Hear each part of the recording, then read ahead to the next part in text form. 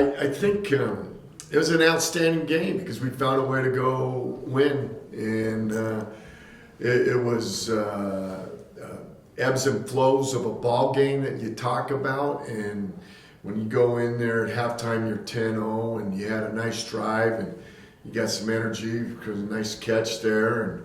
And by the way, I got a lot of emails saying it was out of bounds, but it really doesn't matter. It was a touchdown, and so and then we opened the second half with a nice drive to get another touchdown there, and we missed extra points, so it's 16, and it's a 2-score game, and then we kind of let off the gas. We let off the accelerator a little bit, but the best part of that game was that we found a way to answer.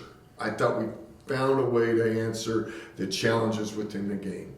And talking to our guys tonight about the ebbs and flows of how you got to manage it. And so we answered that challenge, and that's why we were able to come away with the 19-16 victory. And the best part of that game is how we ended up with the ball in our hands at the end of the game. And I think you do that, you can make sure that you can control your own destiny, and that's victory. That's what we were able to do. And so I think it was a wonderful experience. We gained, I think, a little confidence as we go into this week playing South Dakota Mines. I thought we really had tremendous focus, and our best 2 practices were this week. They came out, they understand what's at stake, and we're looking forward to going on this business trip of 507 miles to Rapid City, South Dakota. So last week before the Blackhill State game, you kind of mentioned the team is there. You guys just aren't finishing. Do you feel like you were able to do that on Saturday? I think we're taking baby steps. I think as any team grows together, and you want to define it after 3 games, it's hard to do. I think you have the challenges of who you play and how you play them and what you do and all the different things and the new coaches and all those different dynamics working. But what I do like is our work ethic at practice, our ability to try to get better, and we are trying to take on the challenge of trying to improve 1% every day. And so if we continue to do that, we'll be okay.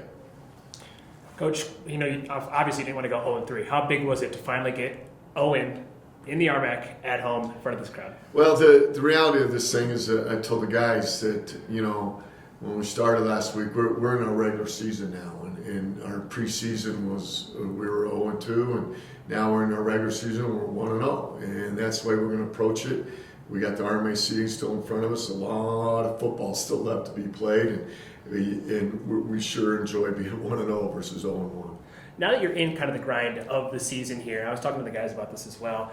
Scouting the week to week, you haven't seen these teams play in a year and a half, 2 years. Is it getting easier, more difficult? Where is that trying to flesh out the opponent now? Well, I don't know if it's so much about the opponent, it's about us. It's a faceless opponent that we got to address, and that's us. And we got to make sure we handle the 6 inches between our ears. We got to make sure that we manage our self-talk. We got to have a little passion doing it, the energy to do that. And I've never asked our guys to be perfect. All I want them is go, put their head down, and give it their all. If they go do that, that's all anybody can ask out of them. And do it with some enthusiasm. 20 points, I think, is the max this offense has scored on a week-to-week basis. Enough for you, or where do you think that the offense is at this point? I'd love to score a whole bunch more, but as long as I can score 1 more than the opponent, that's all I really care about.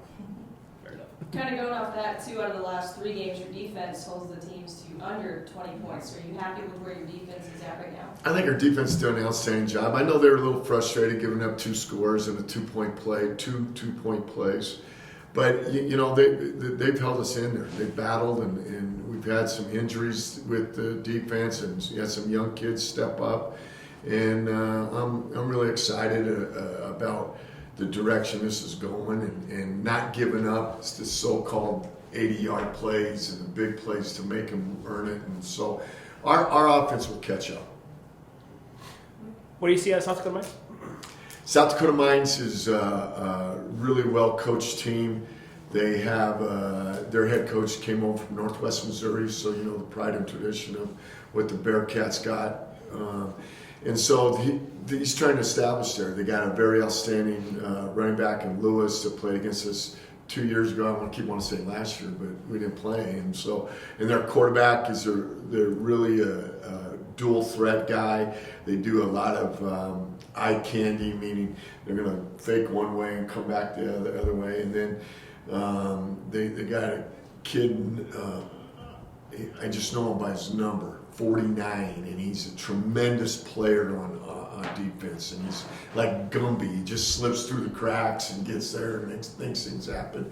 He's very active, and so we got to know where 49 is at all time. And they're going to junk it up on you, and they're going to get you a few times. But if we continue to do what we need to, we'll get them.